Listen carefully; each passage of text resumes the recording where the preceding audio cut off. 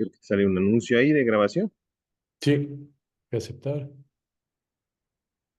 Ahí está.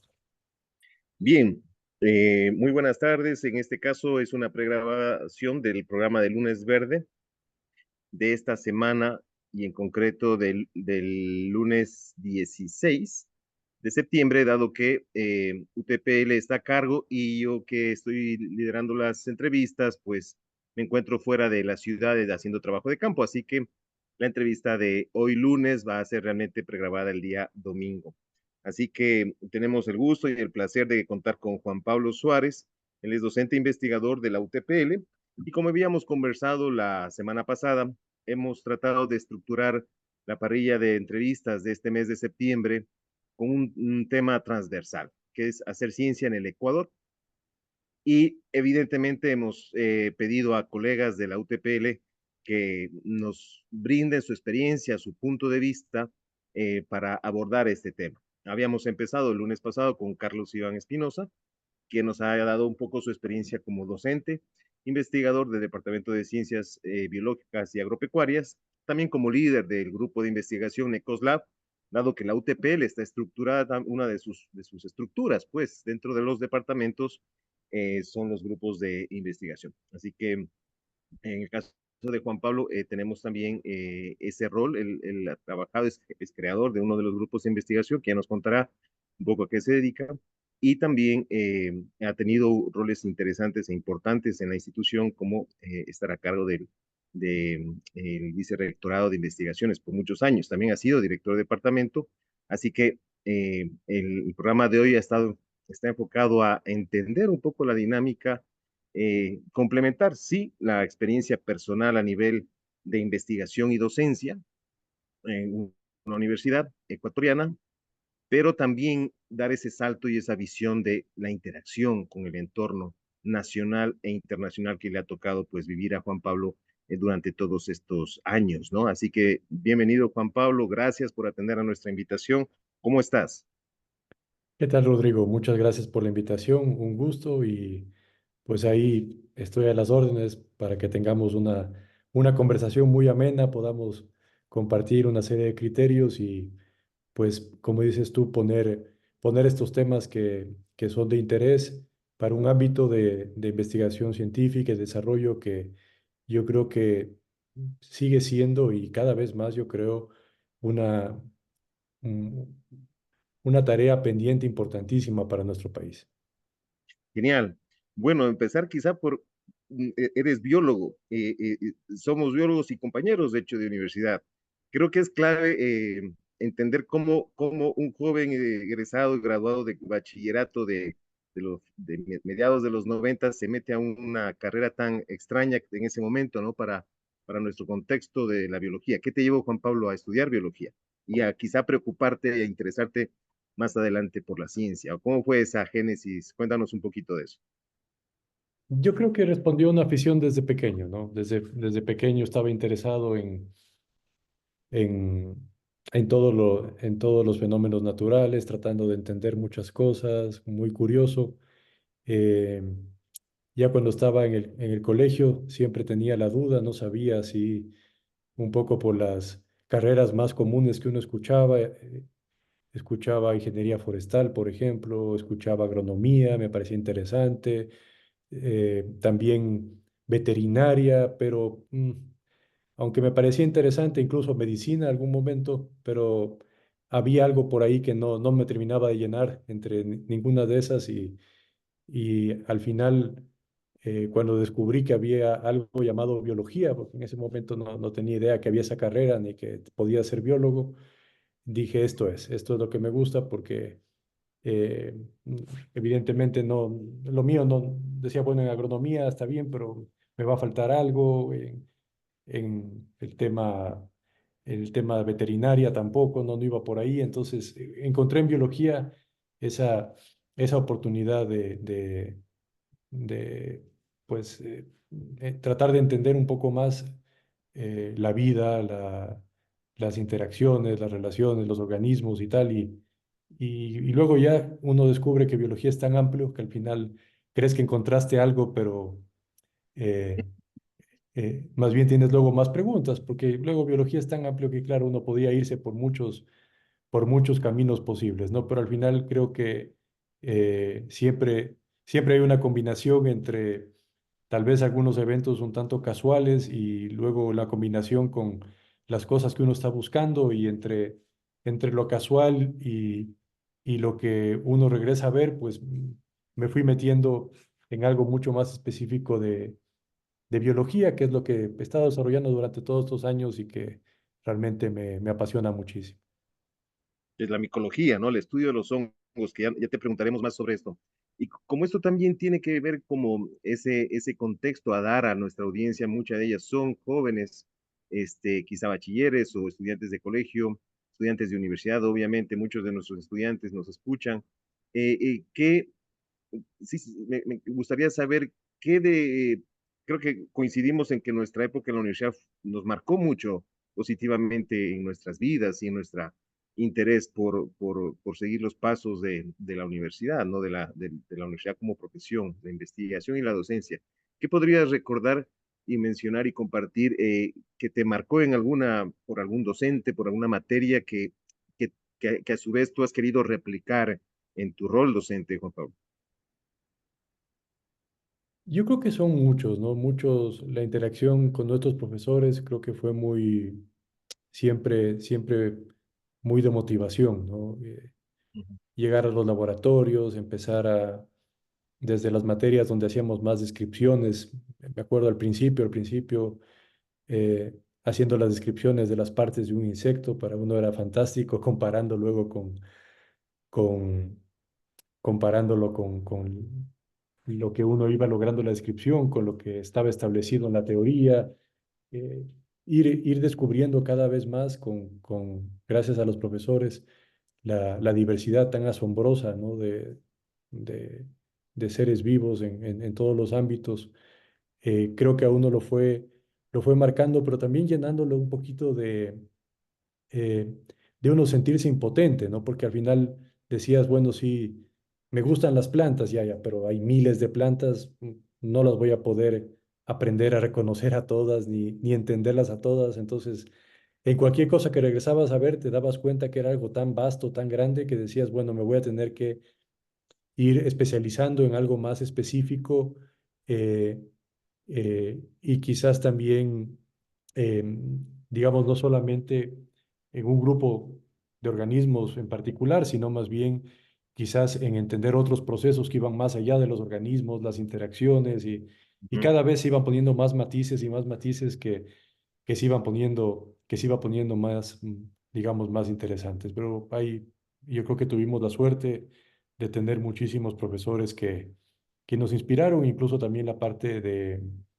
un poco más hacia biotecnología, que también tuvimos la oportunidad de experimentar y de estar ahí metidos en el laboratorio. Yo creo que fue muy enriquecedor, ¿no? Y luego uno dice, yo quiero, sí, descubre, dice, sí, lo mío es hacer investigación, quiero hacer investigación, y en el contexto de nuestro país, pues el mejor lugar para hacer investigación siguen siendo mayoritariamente las universidades, ¿no? Porque hay algunos institutos de investigación, pero siempre son pocos y poco con condiciones más limitadas, y finalmente como que en las universidades se tiene un mayor espacio para poder dedicarse a esta carrera que responde a un interés y a una pasión que uno tiene, ¿no? Más allá, uno no lo ve, muchas veces uno ni siquiera lo ve como un trabajo, es una pasión.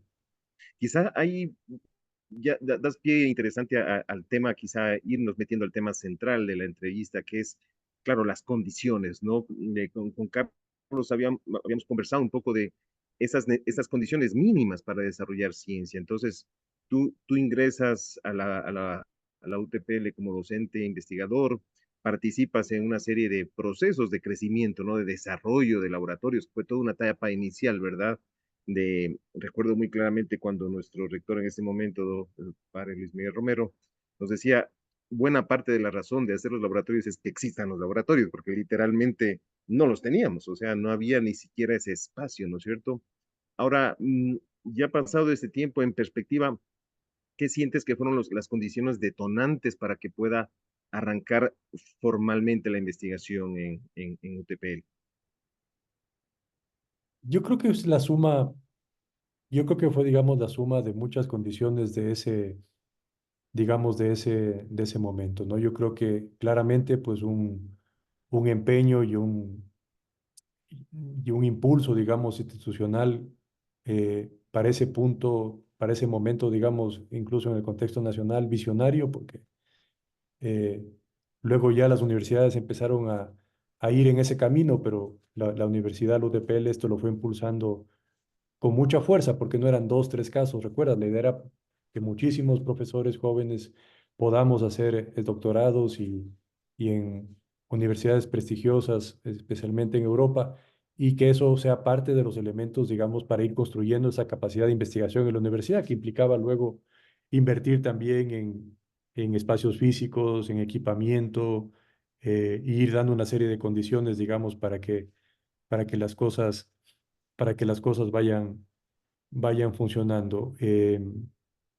Yo creo que el principal detonante, como lo decía el mismo padre Luis Miguel en su momento, creo que fue lograr esa masa crítica, o sea, lograr esos varios elementos que estuvieron ahí en el momento preciso eh, para interactuar y generar y el pasar, digamos, de una, literalmente fue para nosotros la experiencia de pasar de 0 a 1 y fue durísimo pasar de 0 a 1 a tener las primeras publicaciones en la universidad y recuerdo algunos años, tal vez el 2006, 2007, contábamos con alegría que habían ya 5 o 6 publicaciones en la universidad, en revistas indexadas, eh, pero ya era, eso ya empezaban a ser frutos, digamos, de años anteriores, de ir trabajando y que de cosas que parecían para nosotros en un momento muy lejanas, ¿no? Yo creo que coincidieron, digamos, muchas cosas y yo creo que lo principal de todo son las personas. Yo creo que la voluntad de muchas personas que, que se entusiasmaron, digamos, que decidieron apostarle, digamos, a este sueño y, y ponerse, digamos, ponerse en marcha. Y con conciencia de que yo recuerdo las palabras que fueron decidoras y muy importantes para nuestra época y generación, para que a la audiencia quizá les suene un poco. Estamos hablando de al menos nuestro ingreso en UTPL finales de los 90, 99. Entonces, imagínense de, bueno, gente con casi nula disponibilidad de título de maestría. Entonces, ahí lo peor de doctorado. Yo me acuerdo tan claras las palabras de búsqueda que hizo en su momento el padre Luis Miguel y habían alrededor de 500 PhDs en todas las ramas de la ciencia en todo el país. Y el presupuesto del general del Estado destinado a investigación era el 0,07% del PIB. Y eso quizá, como decíamos la semana pasada, no dice mucho, pero más o menos un país que se precia de estar usando la ciencia y el desarrollo científico debe tener una inversión superior al 1%, indistintamente del país que sea. Obviamente Alemania pues tendrá, eso serán muchos millones de dólares, pero cualquier país debe tener una inversión superior al 1% como mínimo, ¿no?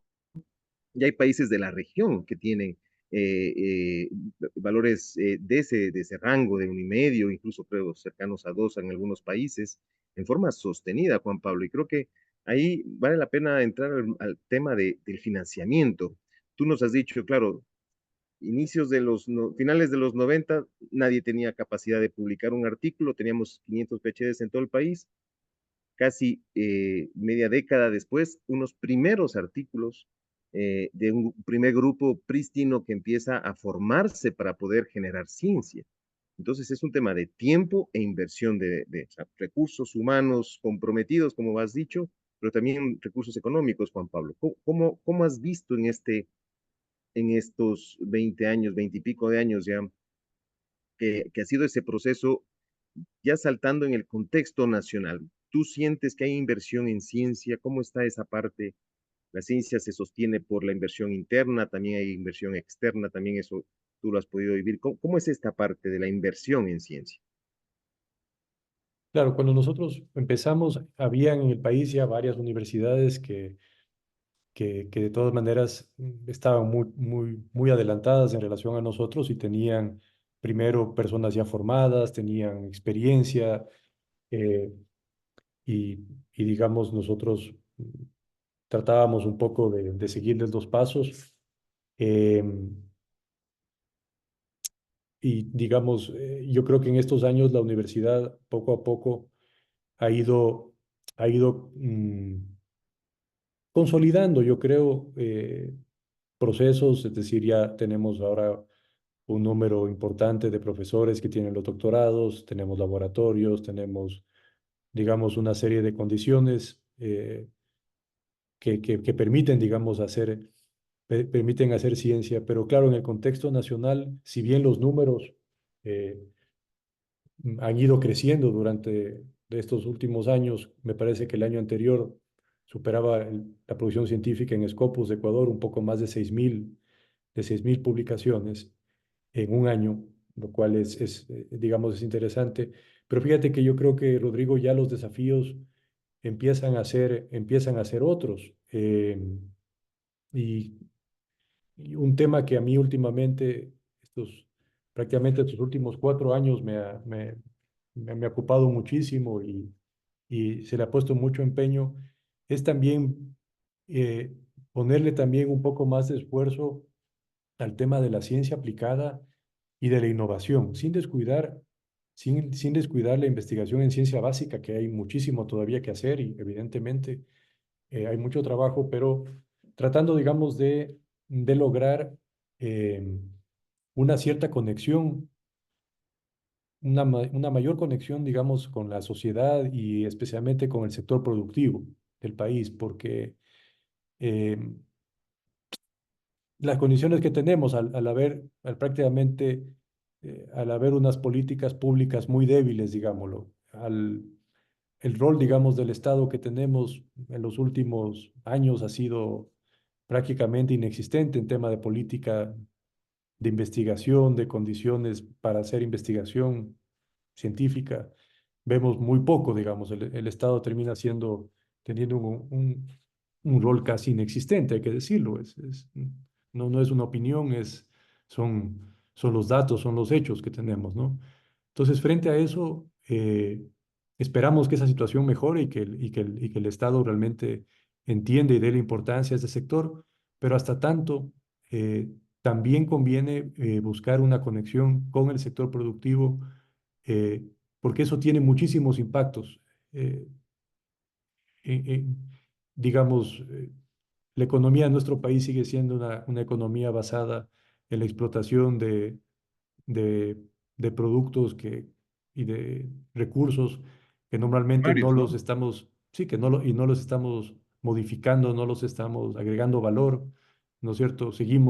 Parece chiste, pero seguimos exportando petróleo y importando gasolina, por poner un ejemplo, pero eso se repite prácticamente en todo lo que hacemos, entonces eh, es una pena. Entonces, si las universidades también no dirigimos parte del esfuerzo, no todo, pero parte del esfuerzo, a Ujú. interactuar con la industria en el Ecuador para agregarle mayor valor a lo que hacemos, pues tampoco las cosas pueden funcionar. No va de ahí no se va a resolver el problema. Es decir, Ujú. esto es una responsabilidad del Estado y el Estado tendrá que meterse en apoyar mucho más el tema de investigación y desarrollo, pero al menos algo podemos hacer para no ser, o sea, lo que no podemos ser espectadores, simplemente, o sea, algo en lo que tenemos a mano podemos hacer para tratar de conectar mejor. Y yo vuelvo a este dato, cerca de 6.000 publicaciones o un poco más científicas en revistas indexadas en Ecuador, eh, lo cual si te pones ahí en el ranking de países utilizando estas herramientas de Scopus, apareces entre el 60 y el 70 de los países del mundo en producción científica. Pero en cambio, si comparas en el ranking de innovación, apareces en el puesto, me parece, en el último análisis, en el puesto 103. Entonces, ahí De hay ciento noventa y pico países, ¿no? O sea, estamos más atrás de la mitad. o sea, ese desfaz, eso hay que resolverlo, porque si estamos generando conocimiento, que podríamos hacerlo mucho más, pero hay alguna capacidad ya instalada buena para generar conocimiento, también algo de eso debería irse a la innovación para que en algunos sectores también podamos digamos, tener un mayor desarrollo. Y como tú sabes, hay muchísimas posibilidades con la tecnología, por ejemplo, ahora, por ejemplo, todo el desarrollo de software y afines que generaría empleo que puede bajar muchísimo la presión sobre los recursos naturales. Eso también hay que mirar. Oye, veía justo el día de ayer anoche, veía un análisis económico sobre el país, que obviamente no estamos nada bien. Eh, pero me recuerda lo que estás diciendo porque analizaban todo esto, ¿no? Cómo la economía del país ha sido una respuesta a los boom, ¿no? El boom del cacao, el del café, el del petróleo finalmente. Y claro, cuando han caído esos valores, esos recursos, para nada agregados valor, como bien dices, finalmente hemos entrado en crisis. O sea, la crisis del petróleo que nos viene golpeando una década prácticamente, nos tiene en el piso. No, obviamente no es el único factor, pero es determinante, es un factor determinante y el estar anclados al petróleo. Ahora, ¿cómo ocurre, Juan Pablo? O sea, el sur del Ecuador, 200 o 300 especies comestibles potenciales en la biodiversidad. En tu mundo, en el mundo de los hongos, ni se diga, o sea, creo que son infinitas las posibilidades. Eh, ¿Cómo se articula o sea, ¿por qué no hemos ido tan rápido? ¿Cómo se articula? La ciencia se hace en los institutos de investigación, en las universidades, los recursos naturales están aquí, esa base primaria lista para ser modificada, utilizada, etcétera. Eh, y un sector privado quizá que no ha sido tan proactivo, Juan Pablo, no lo sé, te pregunto. O sea, los grandes capitales a la final también se han destinado al sector primario, ¿no? A banano, a camarón, siguen metidos ahí también enquistados en esa dinámica segura, más o menos segura, pero quizás tampoco hay una apuesta ni del Estado ni del sector privado para meter, como se ve en otros países, ¿no? Apuesta por esta biotecnología, biodiversidad aprovechable. ¿Cómo ves ese escenario, ¿no? ¿Cómo ha sido? 20 años, llevamos 25 años con un eje interesante en la UTPL destinado a productos naturales, principios activos, pero como bien dices, falta, se siente que falta, ¿no? Estamos todavía lejos. O sea, los sectores, digamos, importantes de la economía, como tú mencionabas, como por ejemplo banano, camarón, claro, ellos están desarrollan tecnologías para sus procesos productivos, eh, interacción con muchas universidades y también compran tecnología desarrollada en otros sitios y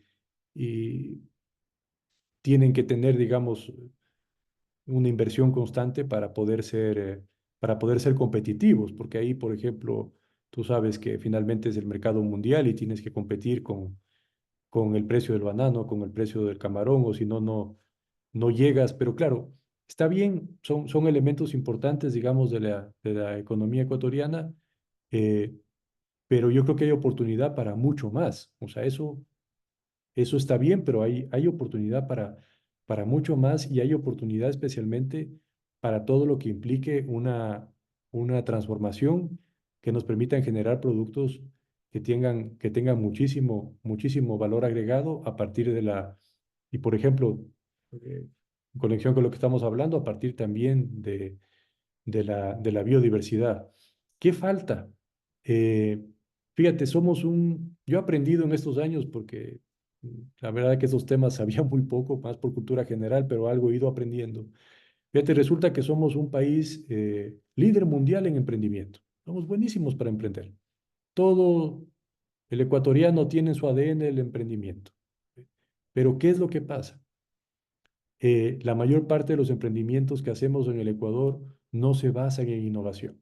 Entonces, ahí es donde yo veo esta gran oportunidad y a mí me parece que es importante que reflexionemos sobre eso. O sea, existe una gran oportunidad.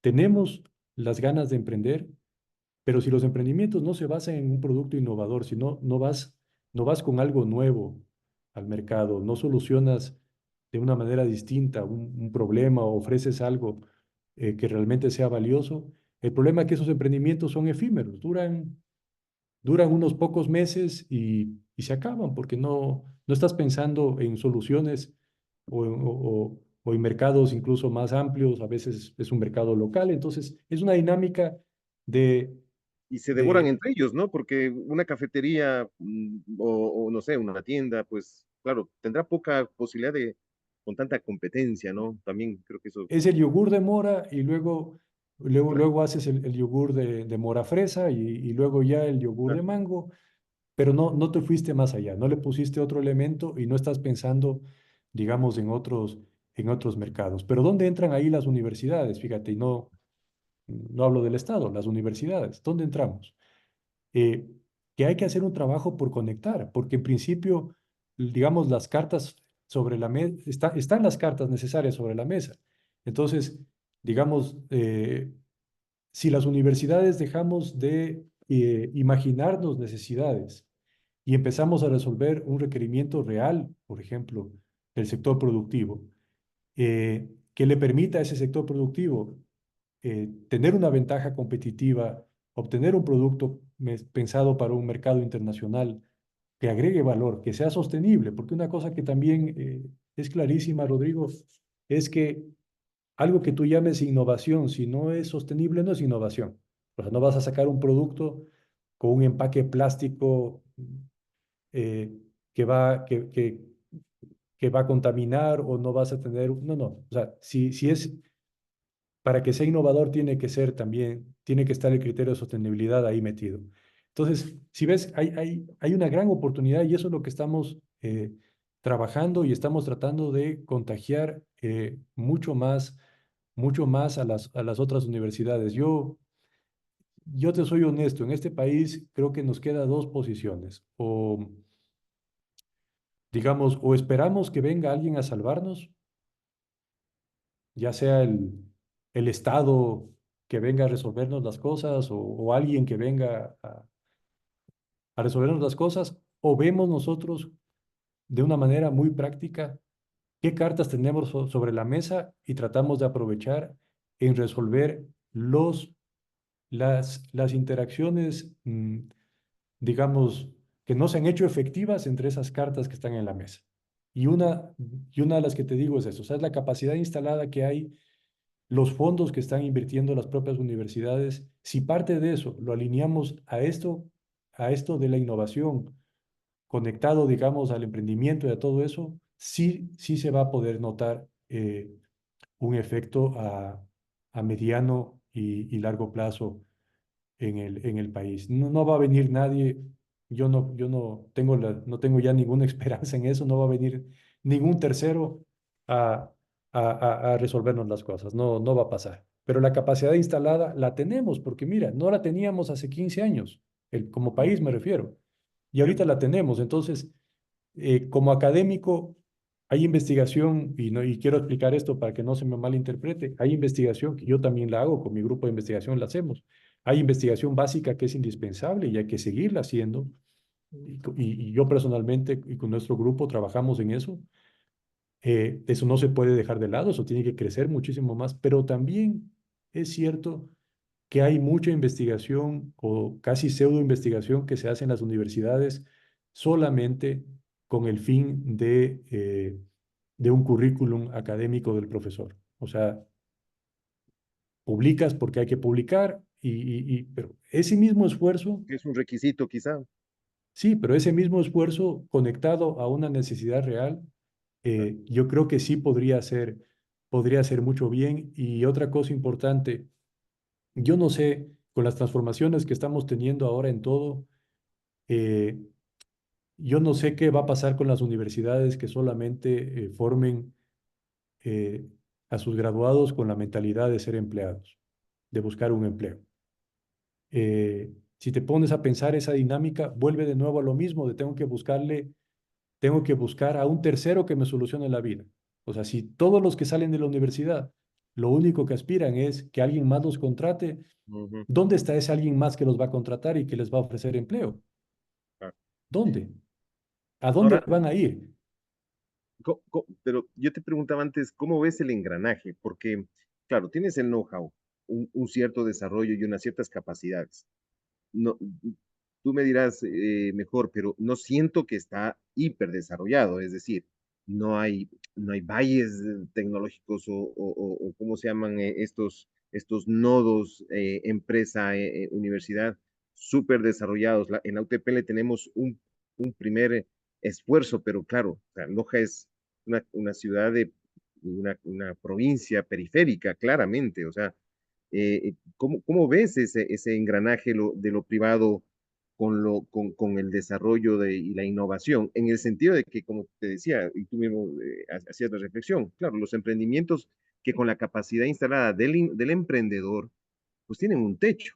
O sea, tienen un techo normalmente asociado a un crédito, que creo que no es la mejor forma porque los emprendimientos tienen un capital de riesgo y ese es muy bajo. Entonces, para dar ese salto país, ¿cómo ves ese engranaje de lo público, la universidad, lo privado o lo privado universidad, como sea? ¿Cómo está el desarrollo de eso? O sea, realmente, ¿cómo lo sientes tú desde estos roles que has venido? Cuéntanos quizá un poco también este rol para que la audiencia lo entienda, ¿no? ¿Qué es esto del Valle Tecnológico, Trendo, que también ha tenido ese rol, ¿no? Y yo he tenido ¿Cómo la lo ves? oportunidad en Sí, estos esa parte años, sería importante. Ujú. he tenido la oportunidad de estos años, digamos, de estar en este proyecto de un parque científico y tecnológico en la universidad. Eh, Y digamos, hay otros esfuerzos en el país de similares. Hay quizás el más conocido por muchas personas es este esfuerzo de las incubadoras, que finalmente buscas personas que tienen un proyecto eh, para desarrollar algún producto o servicio y digamos, si son parte, ingresan a un programa con unas mentorías y unos apoyos, digamos, para que ellos puedan desarrollar esa idea. eh, Algún momento generaría una empresa que sea sostenible y en el tiempo, digamos, que sostenga económicamente y pueda ir creciendo a futuro. Pero ahí, como decía hace un rato, ahí la palabra clave es innovación. Si el producto que se ofrece, si la idea que se vaya a desarrollar tiene realmente un componente de innovación basada en la generación de por ejemplo, basada en un conocimiento novedoso, y por tanto, entonces, en nuestro entorno articulado a una universidad, pues ahí tiene una mayor posibilidad de tener éxito, aunque en esto siempre hay incertidumbre, o sea, hay muchísima Ya, incertidumbre. O sea, esto es un tema de hacer muchos intentos y de esos muchos intentos entender que unos pocos nada más van a poder tener éxito. O sea, si van a entrar 100 en el proceso, tal vez después de 5 años van a ser exitosos 10, claro, 5. No estamos claro, hablando no estamos hablando, digamos, de 50, de 60% de éxito. No funciona así. Hay que probar muchas cosas y ese proceso de probar y experimentar tiene que ser un proceso rápido. Eh, si vas a tener que cambiar, cambiar el giro de lo que estás haciendo, tienes que mm, hacerlo de tal manera que puedas tú rápidamente moverte y ese moverte es como que te caes, pero te paras enseguida y puedes ir en la otra dirección. Y tú decías, digamos, en cuanto a las condiciones, ahí se usa una metáfora, digamos, del ecosistema, ¿no? Se habla del ecosistema de emprendimiento e innovación, ¿no? Y los actores del ecosistema. Eh, Haciendo una metáfora, ¿no? A lo que entendemos en ecología como ecosistema. Y ese ecosistema en Ecuador es un ecosistema que está todavía en desarrollo, está naciente. eh, y para que ese ecosistema realmente pueda tener las interacciones entre estos diferentes actores y eso pueda tener el impacto que buscamos, eh, hay muchísimas cosas que hacer, Rodrigo, y quizás una de las principales es un cambio de mentalidad. Ese cambio de mentalidad es indispensable. Eh, ¿En quién? En en, en el en, empresario, en en, el emprendedor, en el en- estudiante, en el profesor? en todos, en Ya. todos los actores. Y este Eh, ecosistema, si lo quieres, si este ecosistema, digamos, no lo quieres dividir en muchas partes, si quieres dejar más o menos cuatro que serían los más importantes, que le llaman como la cuádruple hélice, ahí está, ahí está, digamos, el gobierno, ahí está el sector productivo, está la academia y la sociedad civil, digamos, en general, de diferentes actores de la sociedad civil. Y creo que en esos cuatro actores necesitamos ir teniendo un cambio de mentalidad. Como te digo, las universidades, entender que eh, el resultado no pueden ser graduados que van con la mentalidad de simplemente buscar un empleo, porque sí, algunos lo encontrarán, pero otros no, y entonces necesitas también personas que tengan una mentalidad distinta en este mundo tan cambiante. El Estado eh, también ser un facilitador, brindar, digamos, condiciones, impulsar. mm, no puede ser el Estado, no puede estar ausente, tiene que ser un dinamizador. Por ejemplo, una cosa que tú mencionabas, y eso está muy bien entendido. La etapa temprana de estos procesos requiere capital semilla y el capital semilla prácticamente es un aporte a título perdido. Eh, Claro, entonces, ¿quién te lo va a dar? El banco no te lo va a dar porque el banco tiene regulaciones y el banco dice, el banco te presta si está segurísimo que le vas a poder devolver. claramente. Entonces, el banco no te va a prestar capital semilla. Por ejemplo, entonces ahí tiene que venir el Estado. Las regalías de todas las explotaciones que hacemos, de Ujú. minería, de petróleo, debería tener un fondo. Hay países como Chile que tienen una experiencia fantástica. No hay que reinventar nada, hay que copiar las buenas prácticas. Por ejemplo, eso es un elemento clave. Luego, el sector productivo tiene que regresar a ver a las universidades y tiene que demandar innovación en las universidades para que las universidades se sintonicen más con los requerimientos del sector productivo y parte de los esfuerzos, digamos, vayan en este tema en estos temas, en este direccionamiento hacia innovación. Y la sociedad civil, fíjate, y en general la comunidad, tenemos que redefinir eh, nuestros estándares. Por ejemplo, eh, ser más, entender mejor, comprender mejor el fracaso.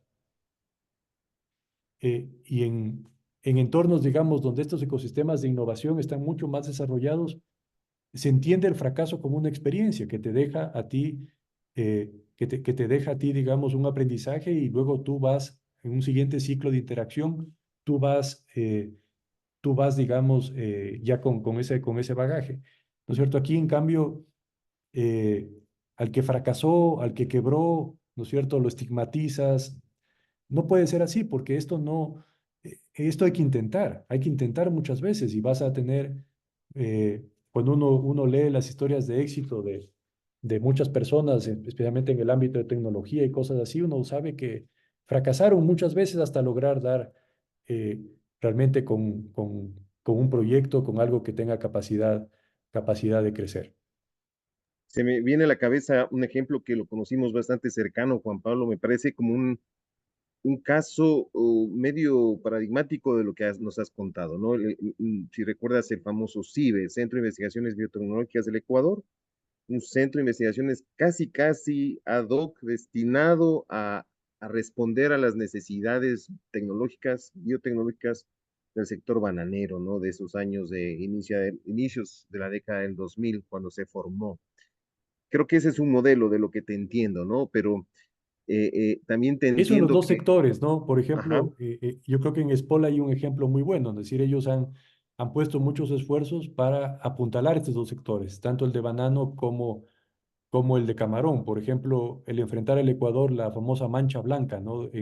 claro, En el camarón no hubiese sido posible sin todos los esfuerzos de esta universidad para apuntalar ese sector. y la Pero como digo, cigatoca, ¿no? claro, Con el eso banano. son como los dos pilares no importantes de la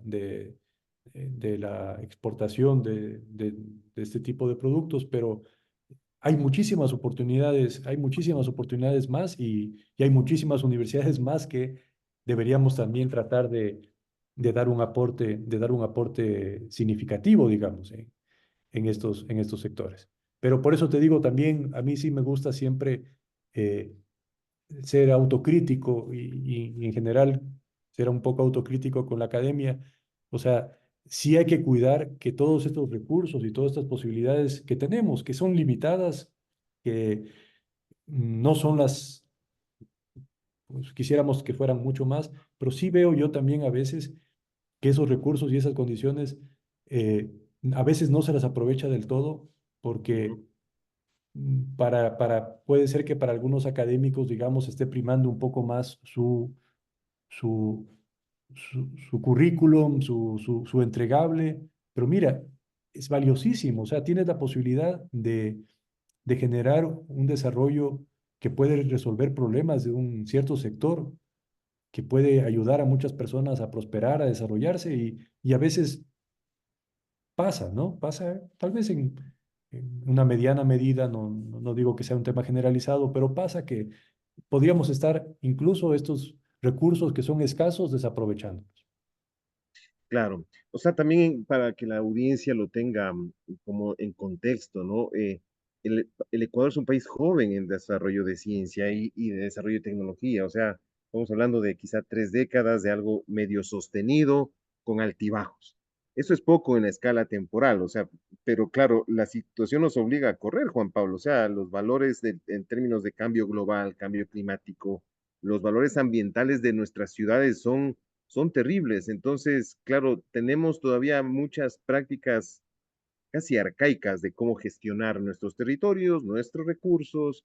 Seguimos siendo productores de materias primas sin procesar, entonces, y ya no está, ya el mundo no da para demorarnos otros 30 años en ser fuertes en cada rama, ¿no? Hay que como hacer todo a la vez y medio rápido, o sea, ese es quizá el dejarnos, para ir cerrando ya el programa, Juan Pablo, ese sentido de la urgencia, queda claro la revisión de los pensum académicos, o sea, de lo que nos has dicho es muy interesante, ¿no? Está bien el biólogo, el bioquímico, el ingeniero químico que quieran ejercer la profesión dando servicios, pero todo esto otro hay que desarrollarse.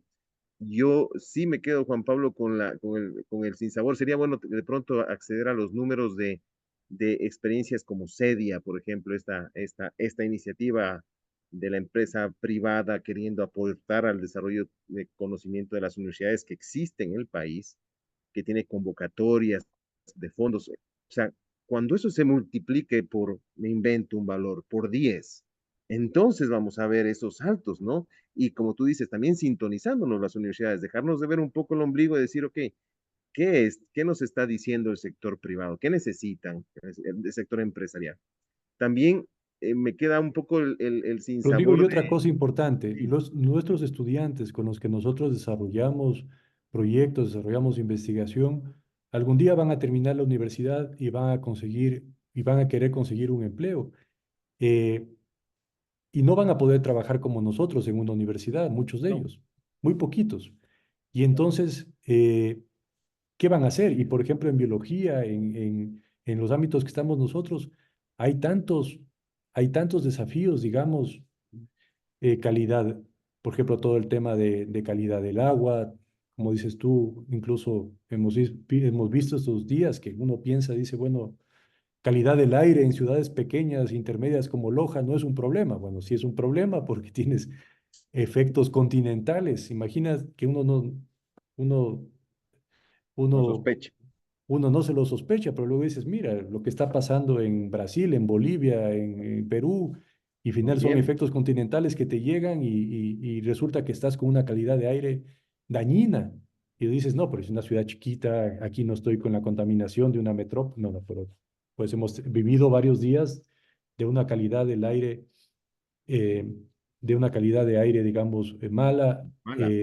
Tenemos desafíos en muchísimos aspectos, en seguridad alimentaria, en todo eso, y ya, ¿qué vamos a hacer? O sea, yo creo que ahí hay muchísimas oportunidades.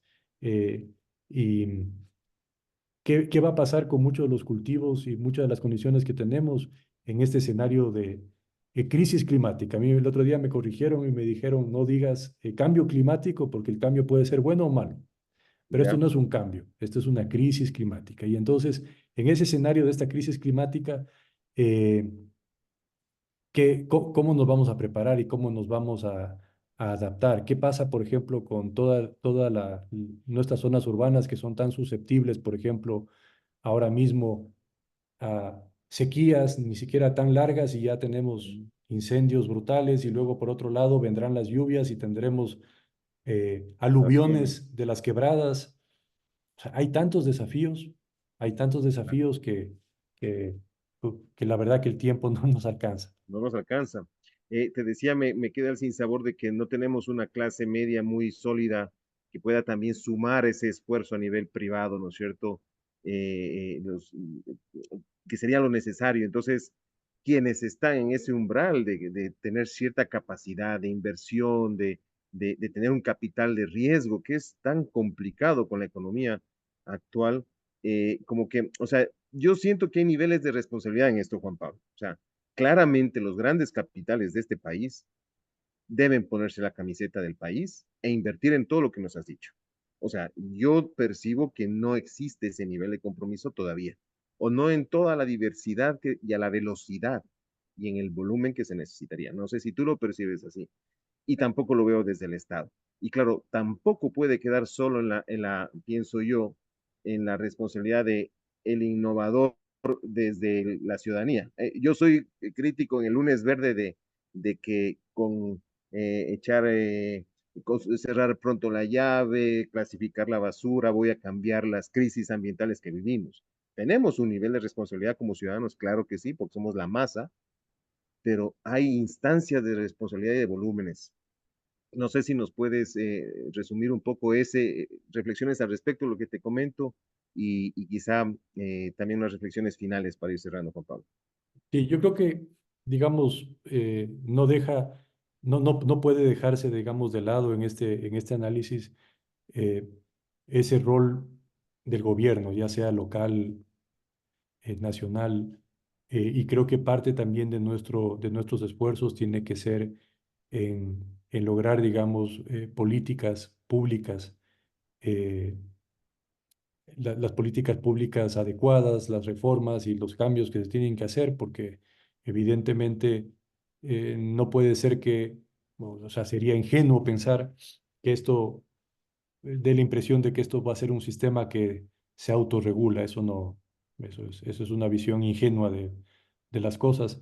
Y evidentemente hay que tener políticas normativas y reglas, digamos, que impulsen esto, acompañadas de muchos procesos como el que yo creo que aporta este programa de educación, de discusión, de análisis, eh, pero sí también de apersonarnos, ¿no? Porque a mí la parte que ya siempre charlamos contigo, a mí la parte que no me gusta es cuando siempre analizamos todo, pero siempre hay un tercero que no está presente, que es el que va a solucionar todo, pero claro, es que Claro. o sea, entiendo que el Estado tiene que hacer lo que tiene que hacer, evidentemente, y hay que presionar para que vayan las políticas por ahí, pero también sí me gusta a mí dejar ese espacio, que sé que es pequeño y reducido, pero también ese espacio donde cada uno de nosotros eh, puede, puede, puede ser parte puede ser parte, digamos, de la diferencia. Más bien un poco va por ahí sin tratar de caer Ujú. en ingenuidades, digamos, de pensar que las cosas se van a autorregular, ¿no? Tampoco, tampoco va, Claro. tampoco va a suceder así porque eso es poco, digamos, sería poco probable. Eh, Como decías tú un poco para cerrar, yo creo que entender que entender que los desafíos son gigantes, eh, entender que cosas que en algún momento las veíamos lejanas, creo que ya empezamos a ver síntomas, digamos, de esta crisis climática, eh, ya, ya no en el noticiero, sino lo empezamos a ver ya cada vez más cerca de nuestras cosas cotidianas, que incluso tenemos que ir cambiando. Mire, Ecuador hizo toda una apuesta por la producción de energía hidroeléctrica y resulta que no hay agua y nos O van de a cortar llover. la luz. Bueno, no deberías poner todos los huevos en una canasta, pero bueno, así se hizo y ya está. Estuvo muy bien que se haga así, pero pasaron varios años después que había que hacer también otras cosas que no se han hecho pero bueno, llegamos al punto en el que estamos y ya veía la noticia que creo que el miércoles nos van a cortar la luz en todo el país 8 horas. Y cuando uno habla de innovación y todas estas cosas y dicen te van a cortar 8 horas la luz en el país, dices, bueno, ¿y ahora? Pero bueno. Te comento. Entonces, hay un montón de desafíos que tenemos y hay que poner el hombro, pero sí también quiero yo, digamos, dejar este mensaje positivo de que sí tenemos Ujú. mucho en nuestras manos, o sea, muchísimo, muchísimo en nuestras manos. Yo creo que eh, hay que, hay que sumar esfuerzos, hay que dejar de tener una visión a veces muy individualista, hay que sumar esfuerzos, hay que entender que todos estamos conectados. O sea, la academia no puede estar en la universidad en su campana de cristal Aislado. mirando solamente sus problemas, discutiendo de los planes académicos, de ni sé cuánto, de ni sé qué, porque hay una sociedad que está afuera, que está con muchas necesidades y que si conectas correctamente, la universidad puede ayudarle muchísimo a resolver. Hay un gobierno local, por ejemplo, que podría nutrirse muchísimo de mayor interacción con los actores de la sociedad civil, con la interacción de las empresas, con la interacción de la academia. O sea, yo creo que es el momento de aunar esos diferentes esfuerzos, que cada quien haga lo que le corresponda y lo haga de la mejor manera posible, pero entender que todos estamos, que todos estamos conectados. Claro, si no, si nos piden a los académicos que sigamos haciendo investigación científica, la seguiremos haciendo con, además que nos gusta y para nosotros eh, es algo que nos apasiona, pero o sea, que no nos vaya a pasar que luego decimos el Ecuador ya no tiene 6.000 papers, tiene 9.000 al año, pero los otros indicadores del país Han están tratado, muy mal. claro. Entonces, tenemos que ver cómo conectamos todo, así como mm, le hacemos esta autocrítica a la academia, también la misma para el Estado, ¿no? Y Hay para el sector problemas que hay que privado, Juan resolver. Pablo, para el sector Claro, privado todos. también.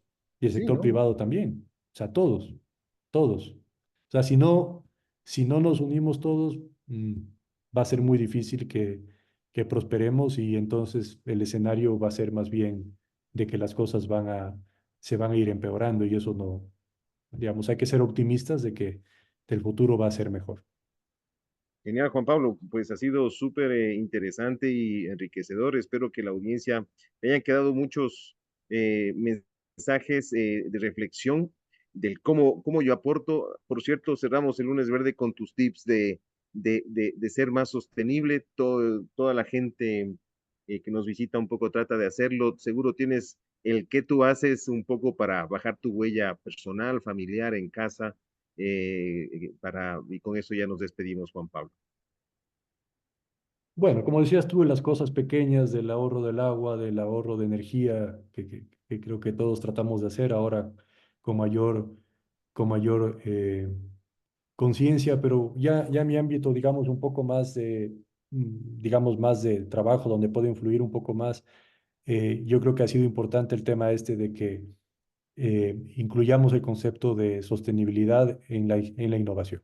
O sea, yo creo que eso es muy interesante. Es decir, si no es algo que está considerando la sostenibilidad ambiental, pues no va a ser innovador y esto no es cliché, esto no es moda, esto es necesidad, es, Sí, es, es necesario.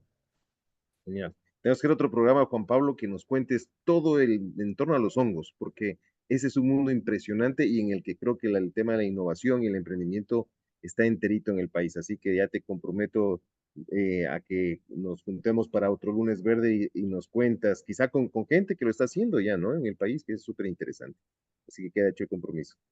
Muchas gracias. Muchísimas gracias por este espacio y eh, siempre, siempre a las órdenes para generar estos diálogos, conversar. Hay mucho que pensar y hay mucho que soñar también en estos temas.